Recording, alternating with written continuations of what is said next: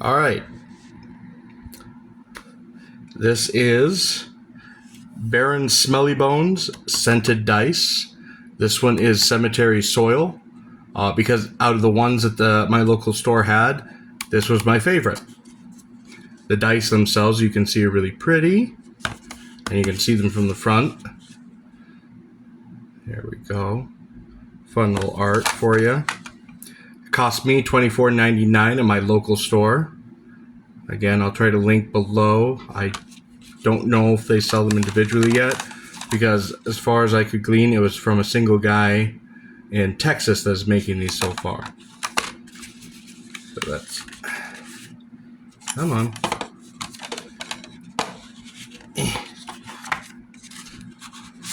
There we go. Okay.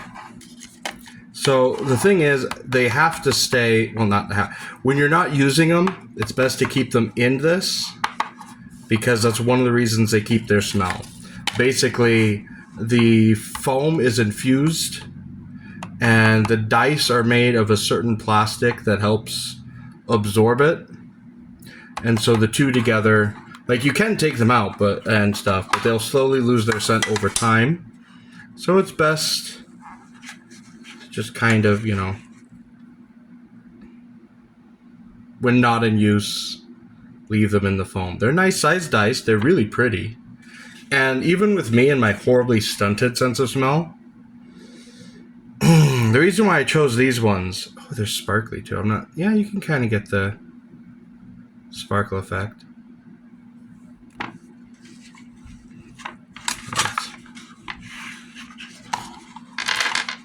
I loved these ones. The other one that I almost bought was the wood campfire smoke one, which didn't smell a thing like campfire smoke to me. It was very strong of cedar. But yeah, basically that that foam that you see in the back, it's got a strong scent to it. I love them. Anyways, these are definitely going to be used for like necromancers or something. They smell of... These ones very much... If you ever go out into the woods and you like dig your hands into some moss and huff it, that's what these smell like. Like, I can taste dirt in my mouth and walking through the woods and being deep in the mountains with these. That's why I bought these ones, because just smelling them brings back memories of hiking the Rockies in those deep woods and stuff, or going deep into the woods of the Appalachians. It's very much mossy earth is what these smell like, which for a gravestone, they make great. So that these are probably definitely going to become my necromancer dice. But as you can see, they're very, very pretty. They roll really well. You've got your standard set. You've got your 20. And besides it being really... And they are really pretty. So even if you do lose the scent over time, they're still a very nice set. And they are a novelty set. I mean, my hands are going to smell like moss for a while now. They're a novelty set, so there is that. That's why they cost more than a regular. But they're not bad made. Like, they're... I would say upper end Chessex dice, if you're going to compare them to that. They are still... they're specialty plastic. I don't remember what type of specialty plastic. And that's basically because the plastic's more porous, so it picks up the smells better. And then you do have like those sparkly swirl dyes and stuff. Well, it's a type of resin. It is resin, not plastic. They're resin dice. But it's a more porous resin, and you can feel... It feels more porous and stuff. But they are very pretty dice. Very, very pretty. And the novelty of the smell, it just completes it in a different way. Like, I wish you guys could smell them on your side of the screen. But like, really the best way is if you've got a patch of moss outside, go huff some moss. Not mold, moss. Especially like the green, like not just lichen, but moss. But, oh, they're very, very pretty. See if I can read a little bit more about that. It's a solitary graveyard. A single skeleton claw emerges from the cemetery soil. A surprisingly delightful fragrance for those with an earthy side. Warning, our dice are scented with premium-grade fragrance oils, deemed safe by the FDA and the IFRA. Discontinue use if you experience any skin irritation, because they do have a perfume all over them. Choking hazard. Do not eat these dice. Keep out of reach of children or anyone else who might put them in their mouth. Intended for ages 14 and up.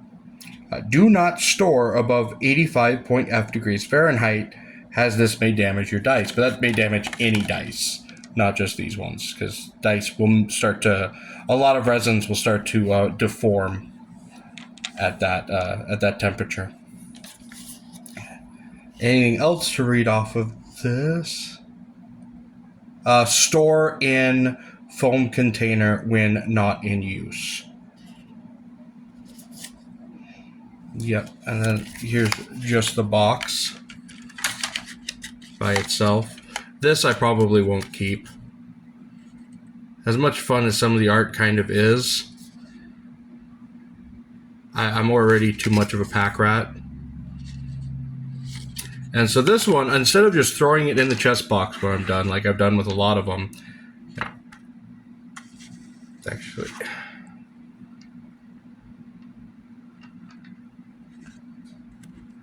I think I already messed up. No, okay, I'm okay. I think I already messed up, Captain.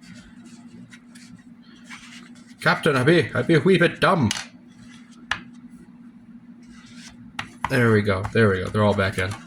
So yeah, this is the and then a nice little window. One, it keeps the scent in there, so it lasts a lot longer, and it gives you a nice little window. So this is going to go in the chest box as is. The dice box. And yeah, I got to do a video. That one's going to be a long video, just showing the dice I've already got in that box. Some of them you may recognize from previous runs. And some of you may recognize them from dice you've gifted me or given me. Yeah, the tin box itself is very unremarkable. It's got a plastic lid, but it's sealed by, I would say, heat seal, and so it is sealed in there. It's got a pretty good tight grip, so that's good.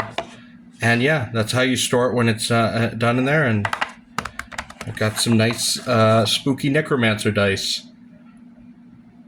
Like, another thought I thought was maybe dwarf dice, because it reminds me of digging and running through the soil.